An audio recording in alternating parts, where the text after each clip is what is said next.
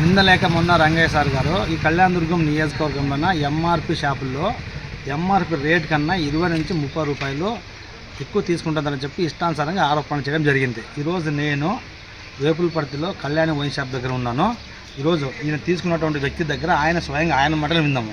అన్న, దీనిపైన రేట్ ఎంత ఉందన్నా? 230 ఉంది. వాళ్ళు ఎంత తీసుకున్నారు షాప్ వాళ్ళు? 230 తీసుకున్నారు. దీనికి ఎంఆర్పి రేట్ కన్నా తక్కువ తీసుకున్నారు, ఎక్కువ తీసుకున్నారు, కరెక్ట్ తీసుకున్నారు? అదే రేట్ తీసుకున్నారు. మీరు ఎప్పుడైనా ఈ ఎంఆర్పి రేట్ కన్నా ఎక్కువ ఇచ్చిపోయినారా? లేదు కదా.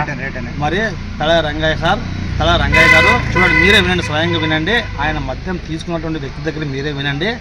ఎక్కడ కూడా కళ్యాణదుర్గం నియోజకవర్గంలో కానీ ఏ ఎంఆర్పి షాపుల్లో కూడా ఎంఆర్పి రేట్ కన్నా ఎక్కువ ఇవ్వడం లేదనేటువంటి వాస్తవాన్ని మీరు తెలుసుకోవాలి. మీరు అబద్ధ ప్రచారాలను ఆపాలి అని చెప్పి సందర్భంగా మీకు నేను తెలియజేసుకుంటున్నాను. అన్న, మీ పేరు ఏం పేరన్నా? సురేష్.